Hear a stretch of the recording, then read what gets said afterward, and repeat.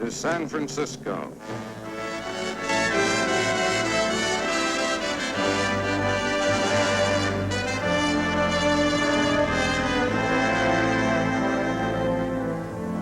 A spring day on the marina. A rendezvous in the afternoon? Perhaps. Only the most suspicious mind would have noted any details at all.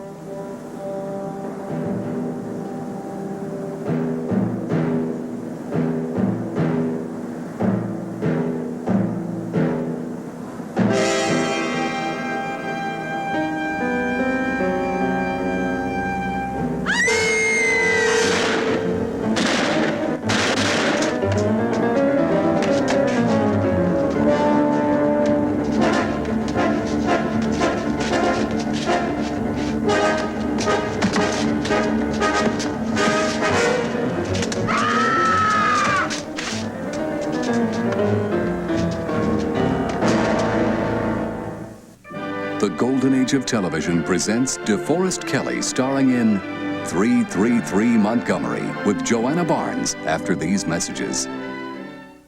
In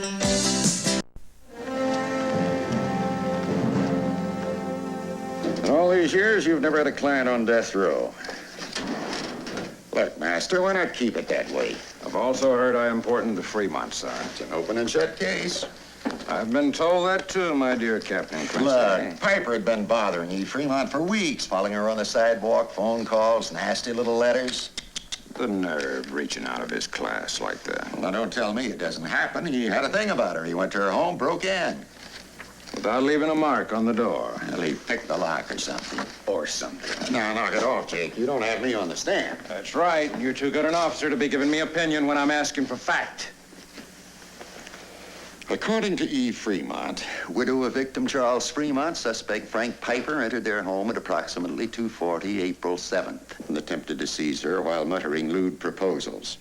Her husband came to her assistance, whereupon suspect drew a .38 caliber pistol and fired 3 shots into husband, who continued grappling with suspect until he fell dead outside their home, like Jake. This Piper's had trouble with women before. He's a dirty little animal. I'd plead him guilty to that. But the charge happens to be murder. Tell me, Piper, why Eve Fremont? I guess with her being class and all, I was trying to improve myself. You were what? But this is how it happened, straight. We met at a North Beach bar. Maybe she was slumming, I can't say. But she knew what she was looking for. She liked me a lot, too. We met again every chance she got. Real class. Figured maybe some might rub off on me. Was she a little more class than you could handle? I tried to get rid of her. We had a fight. She promised to fix me good. A couple of days later, she called. Real sweet, said to come to our house. She'd sing out the window when her husband left. I kind of went for that, you know? She'd never let me go to her place before. So the door's unlocked. I come in. She gives me the old smile. Says to follow her. And all of a sudden, she gives with a scream and yells that I just busted in. And a man comes charging out from the living room, her husband. And I back away, she keeps yelling. I try to explain, and her husband keeps moving in. I try to get behind a flower pot or something, and he knocks it aside and keeps coming. So I pull my gun, I shoot it to the floor. And he keeps moving into me, you know? And he's big, and I'm all shook up. So I let him have one in the chest. And he keeps coming like a water buffalo or something. So I hit him with 2 more, and he still grabs me. I gotta drag him clear outside before he lets go. There was no way out of it. He would have broke me in half.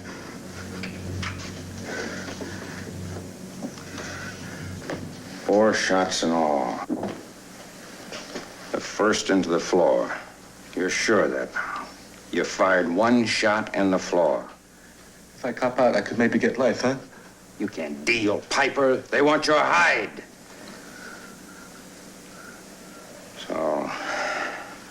pick the case. What? Murder is the unlawful killing of a human being with malice aforethought. You tried to warn him off, then fired in the heat of quarrel without malice. Properly defined as manslaughter. That's the crime, that's all you're guilty of. Have I got any chance? I'll have to build an entire case on one bullet. Your life, Piper, is resting on that warning shot you fired into the floor. Now let's start all over again. Where did you first meet Eve Fremont? It was a place called Chappie's, North Beach joint. She came in dressed to kill. Everybody turned to look. I sat down and I ordered some fruit juice. After a while, I noticed this Piper person sort of leering at me. Then I started receiving notes, the same kind of proposals. And then he started following me and watching me, and I hurried down the stairs, and I knelt down, and when I saw that Charles was dead, that was when I went in and called the police. Thank you, Miss Fremont. Your witness, Counselor.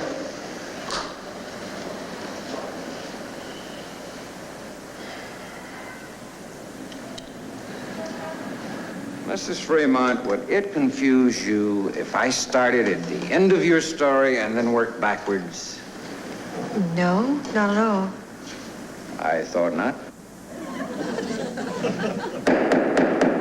Now then, Mrs. Fremont, in your original statement to the police, the People's Exhibit A, you stated there were 4 shots fired by the defendant. And you're on the witness stand, you're testifying to 3 shots. Which is the truth?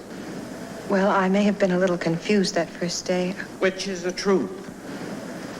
There were 3 shots. You're certain of that? Absolutely. As certain of that as every other detail of your testimony? Yes. Defendant pulled a gun, aimed directly at the victim. Bang, bang, bang, just like that. Just like that. And you're determined he died for that act? Yes. Objection, Your Honor. Defense counsel is badgering the witness into the truth, Mr. Prosecutor. That is what we're all here for, isn't it? Prosecution is willing to provide expert testimony to the number of shots fired. When? Now! If you wish. Then I'll temporarily release this witness, Counselor. Fine. Step down, Mrs. Fremont.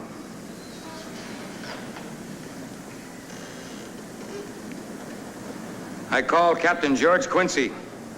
Homicide. So we can take it your evidence disclosed 3 shots fired, 3 and 3 alone. That is correct. Your witness, Counselor.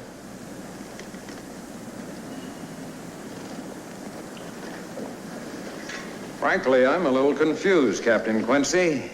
Your complete testimony has concerned the number of shots fired into the victim's body.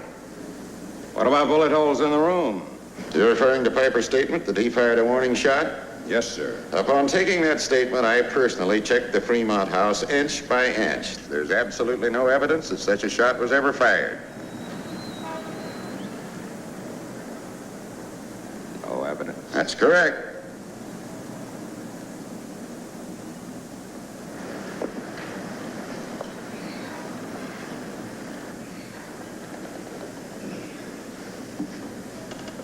Let me state categorically that I have the greatest respect for Captain Quincy here.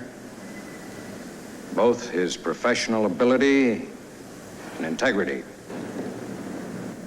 Which can only mean that my client is lying.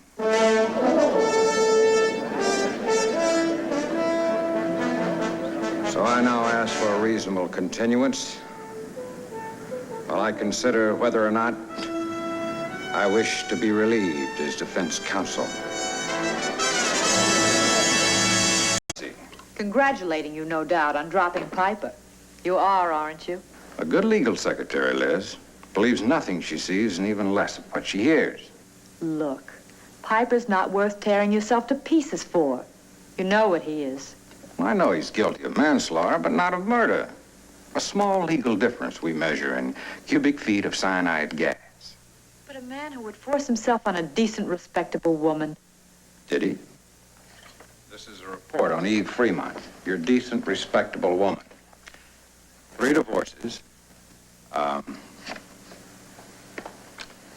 Fired from the Bay Club because of offbeat behavior in the swimming pool. And that little gambit in the mountain cabin there, now that's the... Oh, on second thought, that might be just a little gamey for such tender years. What kind of woman would do things like that? Kind of gets picked up in a North Beach joint. And who tries to use her own husband to get rid of her lover when she tires of the affair. And the kind who would see Piper die rather than to admit the sordid truth. You ought to take that report into court. And enter it on the grounds of what? Eve Fremont's not on trial. But you've got to do something.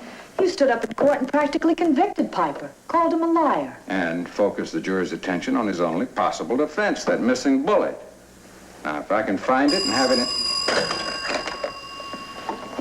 Brittin. Oh, hello, Quincy. Don't mention it. It's a pleasure for me to tell the court just how much I do respect you, my dear Captain. But now I'd like to have you do something for me. Oh, I'd like to get into the Fremont home to... I know, Quincy, I know the place is sealed off, but you can take me in. But I don't have time for a court order. The trial reconvenes in the morning. Quincy!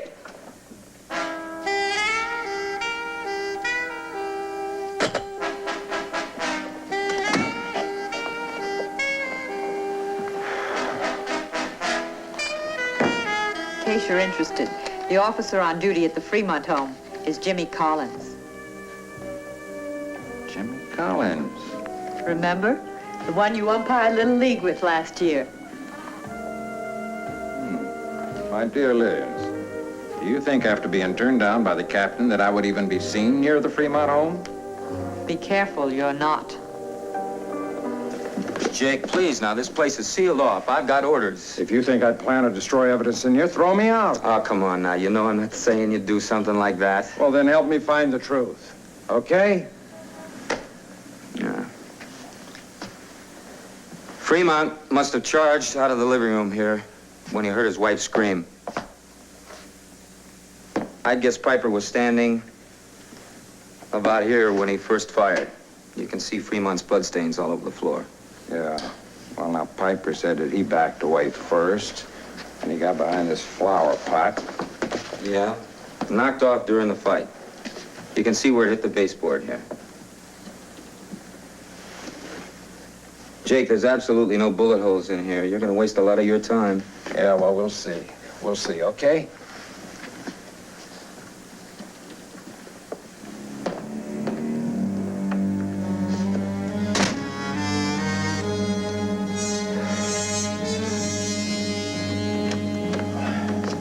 Jake, do you realize what time it is? Oh, strange, isn't it? Bullet usually kills by ripping through the flesh.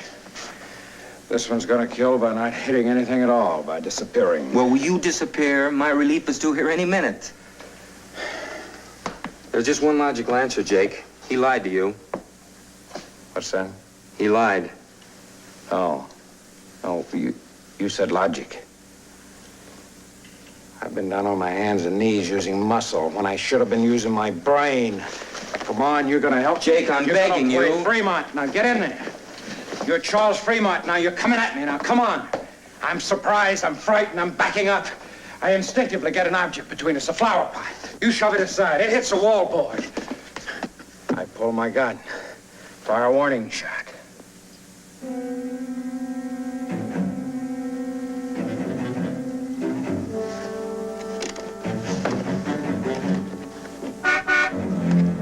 Jake, will you please? There's my relief. Jake, come on, get out of here. You're gonna get me in a jam.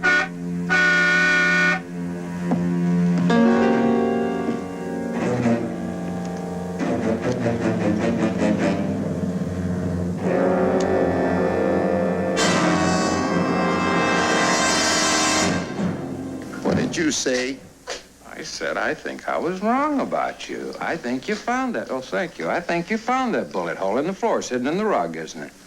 In 22 years here, you ever see me hide one shred of evidence? There's always a first time, Quincy. I'll let you have one right in the mouth. We're gonna go to the Fremont place together here. I'm gonna make you go over that room with me, every fiber of that rug, mister, until you apologize. Well? Hey, maybe it hit the wall here somewhere, huh? You see a hole in the wall? Look for yourself. Maybe it's painted over. Do you see any fresh paint? There's not one mark on that wall. Just that one small dent made when that flower pot fell. Just got your word that's a dent. It could be where somebody putted over a bullet hole. Does that look like a bullet hole? Look for yourself. Did you see any putty?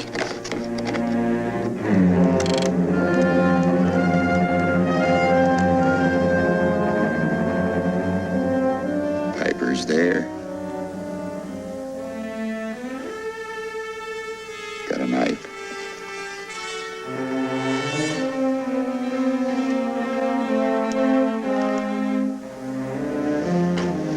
Stay back, Master. I want to be able to testify I found this bullet myself.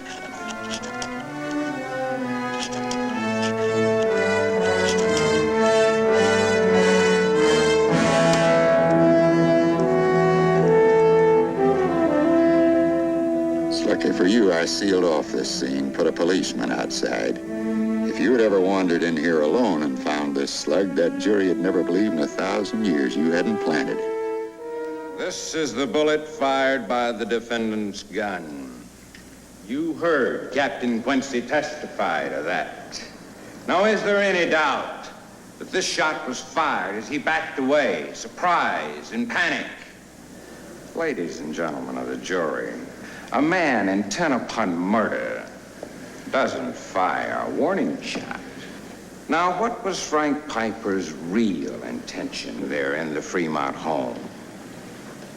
Did he enter by force or by invitation? We've heard two stories, two versions of the relationship between a man and a woman.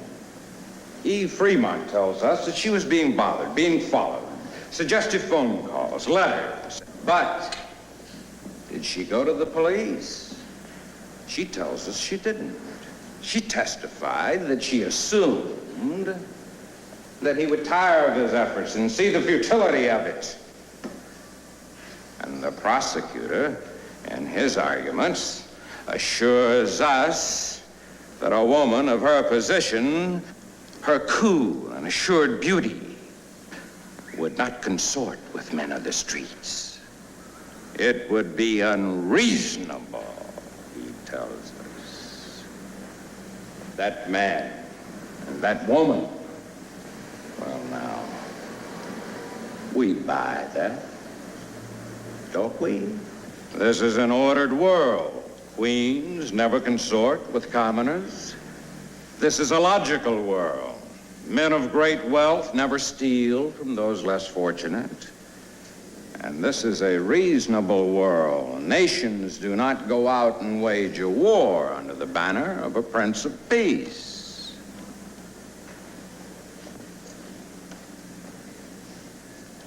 Or do they? Or is this a most unreasonable world? Isn't it a fact that we live in a strange, disordered society which prohibits the taking of a human life on one hand and then compounds that evil by taking the killer's life in an even more deliberate, cold, and cruel manner? Isn't it a fact that you just heard from the lips of a police expert how by unreasonable coincidence a falling flower pot happened to open a crack in a baseboard? And how a warning bullet fired without aim happened to pass through that crack without touching either side.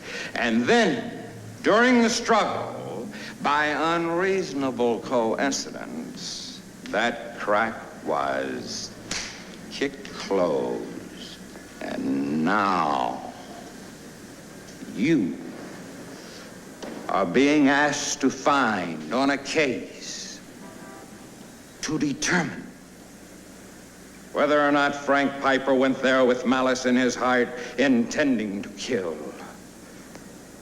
Beyond a reasonable doubt. What is reasonable? What is unreasonable?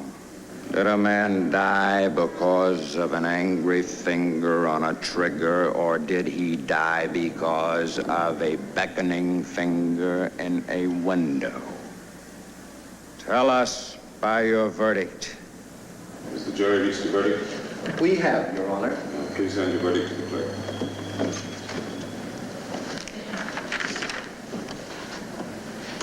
We, the jury, find the defendant, Frank Piper, guilty of manslaughter. I want to thank the ladies and gentlemen of the jury for their service. You're excused until further notice. The court will convene at 10 a.m. tomorrow morning for sentencing. You did it. Well, the judge will say 1 to 10 tomorrow. I guess you know that, though. So I'll be a little older and maybe a little wiser. Well, look me up then. Thanks a lot. I'll do what I can. Congratulations, Counselor. How about lunch tomorrow at the Palace? 12 o'clock? 12 o'clock.